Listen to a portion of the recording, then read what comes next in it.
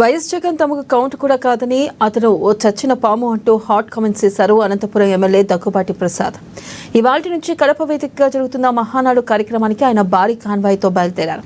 గతంలో కరోనా ఇతర పరిస్థితుల దృష్ట్యా మహానాడును ఘనంగా నిర్వహించలేకపోయాం. ఈసారి జగన్ ఇలాకాలో భారీ స్థాయిలో ఈ కార్యక్రమాన్ని ఘనంగా నిర్వహిస్తున్నట్లుగా తెలిపారు దగ్గుబాటి ప్రసాద్. ఇక గత ప్రభుత్వం చేసిన తప్పులు ఎప్పటికీ తమ ప్రభుత్వం చేయదని స్పష్టం చేశారు ఎమ్మెల్యే దగ్గుబాటి ప్రసాద్.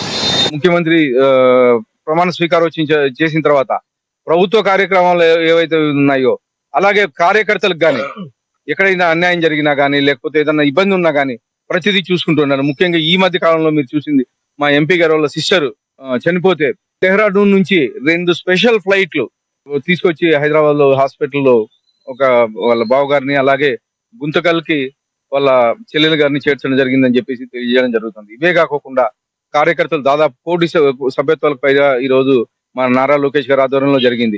ముఖ్యంగా అనంతపురం అర్బన్ నియోజకవర్గంలో గతంలో 25,000 కన్నా ఎప్పుడు దాఖలు లేవు.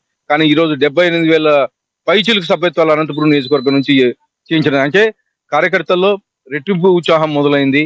ఈసారి ముఖ్యంగా 1,000 సభ్యత్వాల పైన ఉన్నాయి కాబట్టి ప్రతి కార్యకర్త మేము వెళ్ళి మహానాడులో పాల్గొనాలని చెప్పేసి ఉత్సాహంగా ఉన్నారు. దాదాపు మేము ఎక్స్పెక్టేషన్స్ కానీ కనీసం 60-70 లక్షలకు తక్కువ కాకుండా ఈ మహానాడుకు వస్తారని చెప్పేసి అంచనా వేసుకుంటున్నాము. ఖచ్చితంగా కడప ఇలాకాలో తెలుగుదేశం